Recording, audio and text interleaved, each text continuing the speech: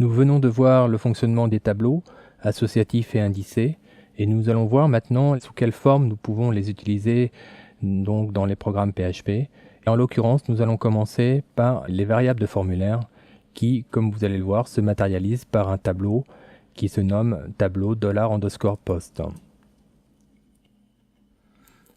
Pour commencer, observons cette figure sur laquelle à gauche vous pouvez remarquer un formulaire. Nous avons deux champs. Le premier, l'attribut name sera égal à nom. Le second sera égal à prénom. Et nous avons un bouton de soumission en bas dont le name sera égal à bouton. La configuration de la balise formulaire elle-même aura comme attribut action égale action1.php qui est donc la seconde page vers laquelle nous allons diriger l'information. Et l'attribut méthode de cette même balise formulaire sera égal à post, qui est donc la méthode par laquelle on va envoyer les informations. Pour mémoire, la méthode post, contrairement à la méthode get, permet d'envoyer des informations sans qu'elles apparaissent dans l'URL. Nous allons maintenant simuler le fonctionnement de ce formulaire. L'utilisateur devra donc au préalable remplir les deux champs. Donc là, en l'occurrence, nous avons mis dans le champ nom de France et dans le champ prénom Jean, et appuyer ensuite sur le bouton valider. Les informations vont ensuite transiter via la méthode post vers la page action 1 et seront ensuite disponibles dans un tableau qui se nommera $_post.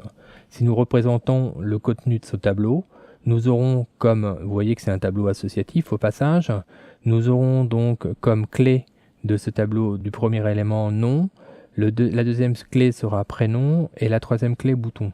Chacune de ces clés correspondront à la valeur que nous avons saisie, soit dans les champs ou soit la valeur que nous avons attribuée au bouton, à savoir valider. Nous allons ensuite passer à une expérimentation sur ce même sujet directement dans l'éditeur. Passons maintenant à la pratique.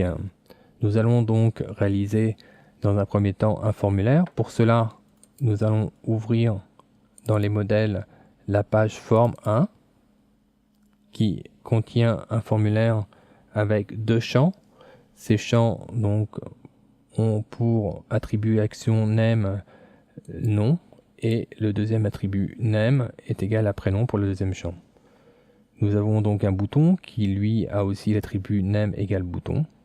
Si nous regardons maintenant la configuration du formulaire, nous avons donc le nom du formulaire qui est égal à forme 1 pour l'instant, la méthode qui est la méthode post, celle que nous allons employer, et nous allons compléter ici le nom du fichier vers lequel vont être envoyées les informations. Nous allons l'appeler donc, comme dans la petite démo préalable, action1.php. Enregistrons maintenant ce fichier dans notre répertoire habituel. Je propose de l'appeler formulaire 1 par exemple, .php. Et nous allons maintenant créer la seconde page, la page qui doit se nommer action1.php qui sera censée donc recueillir les informations. Pour cela, nous allons ouvrir une nouvelle page par rapport au modèle. Nous allons prendre une page de modèle type PHP. Nous allons nous placer ici dans entre les balises PHP et nous allons donc utiliser, comme d'accoutumé, la fonction printr qui permettra d'afficher le contenu du tableau post. Voilà. Nous allons encadrer cette même fonction par nos habituelles balises prêt,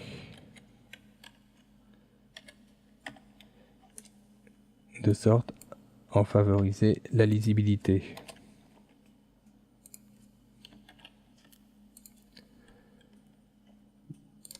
J'enregistre donc la page dans le même répertoire sous le nom action1.php.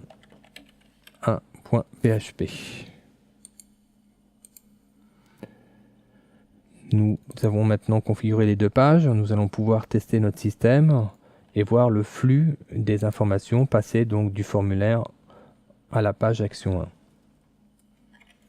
Pour cela, nous allons donc ouvrir le navigateur. Nous allons basculer sur le navigateur.